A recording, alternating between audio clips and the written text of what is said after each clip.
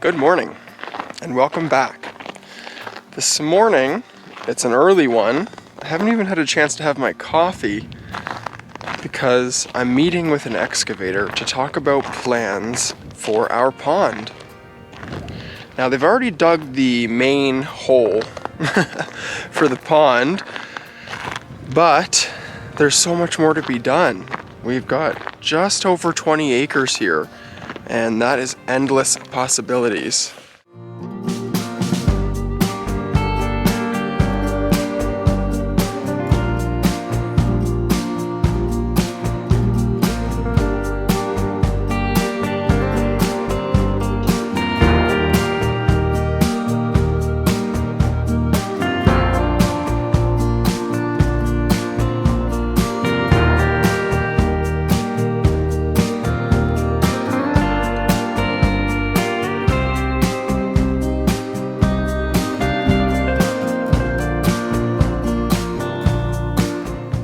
So if you're new here, right there is my tiny cabin. It's a 10 by 16 cabin, very, very basic, and it is filled with amazing eclectic antiques and cool things like that. So I'll link the other video where I give you a tour of the cabin below, so definitely check that out. But like I said, today's focus is the pond, and the purpose of the pond is not only to be a beautiful thing to look at while we're out here at the tiny cabin. If only you could see what I was doing. It's also supposed to help with the overall environment and help redevelop sort of the ecosystem around where the pond is located.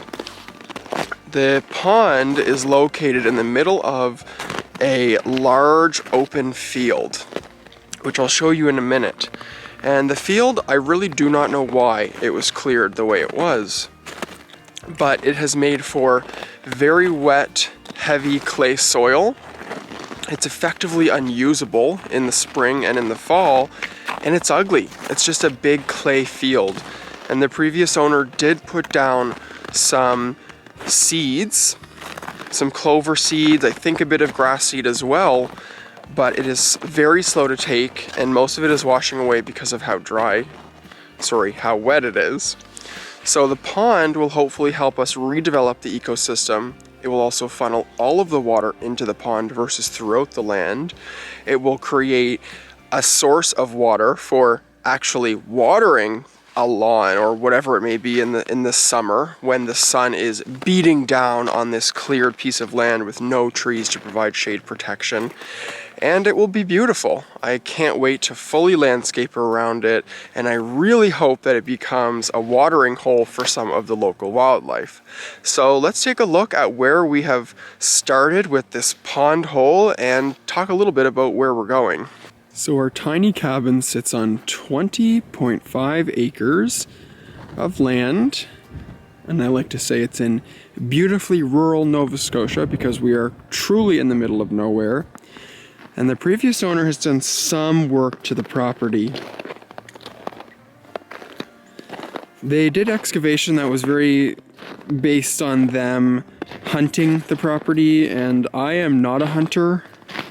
Quite the opposite, actually. I want to attract as much wildlife here as possible so they can hide from the hunters.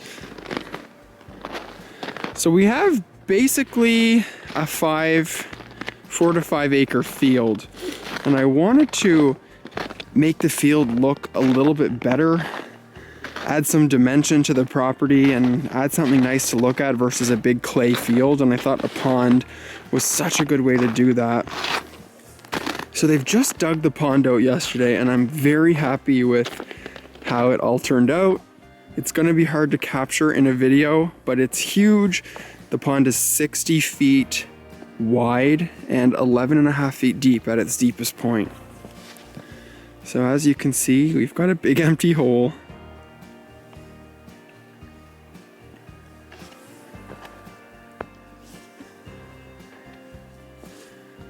But there is already some water in this big empty hole, which is awesome. You can see about half of the pond has a layer of water, and there are quite a few dark spots around where I can tell that water is actually coming in. We've also created a trench that connects to our other pond, which is very small, probably only about 5 feet wide and 3 feet deep. But I believe it's spring fed. So we've made a very small trench to connect that up to our small pond. The trench is going to help capture water that flows over this part of the property. It makes for a very wet ground in the summer, or sorry, in the spring and in the fall. And so this trench should actually help us to keep the rest of the property dry so that we can turn that big empty field I was talking about into something. Gardens, apple orchard, whatever it may be. Over there I have a organics bin or a compost bin, and that's where we keep our garbage before we take it away. We also have all of our old wood stored up here. They recently just moved piles. But as you can see, my trench connects into my small pond. Now this small pond was full of frogs in the summer, and I hope that the excavator did not hurt them. I try to look for frog bodies, but I don't see any. And if you know what frogs actually do in the winter, especially here in Canada, let me know, because I'm very curious. Do they go underground, or do they just go to the bottom of the water? Who knows? But the trench is definitely going to help keep our pond full. And as the pond fills, this trench will actually stay full, and it will create an additional water feature on the property. We'll fill it with stones once it all settles, and put a little bridge across, because this is the main entrance into the forested part of the property, the little entry between these two berms. So there'll be a nice little bridge across the trench. It'll be full of rocks, and like I said, it will feed our pond.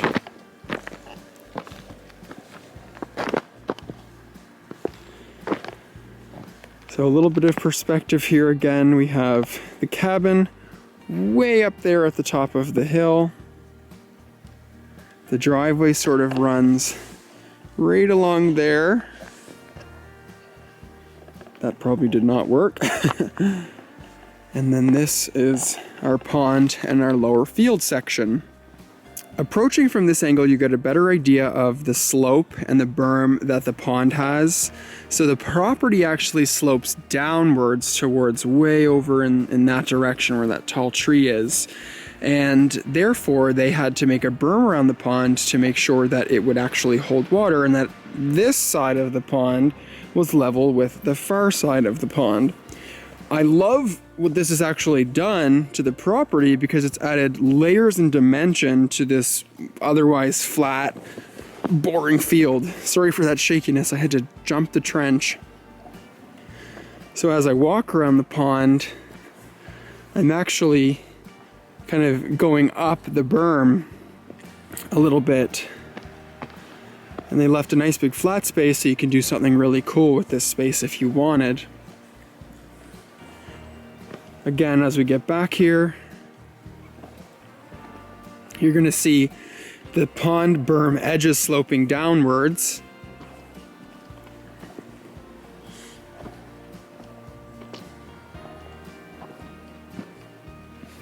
Again, also that this side of the pond is level to the side we were just on with the trench. You get a better idea of just how deep this thing is from up here as well. You would not want to fall in. You could definitely drown in this pond. Now, as far as pond building goes, I'm lucky because this is very heavy clay soil where I am. You can do the test by putting a bit of the soil into a mason jar of water and seeing how it settles, and this stuff settles right away.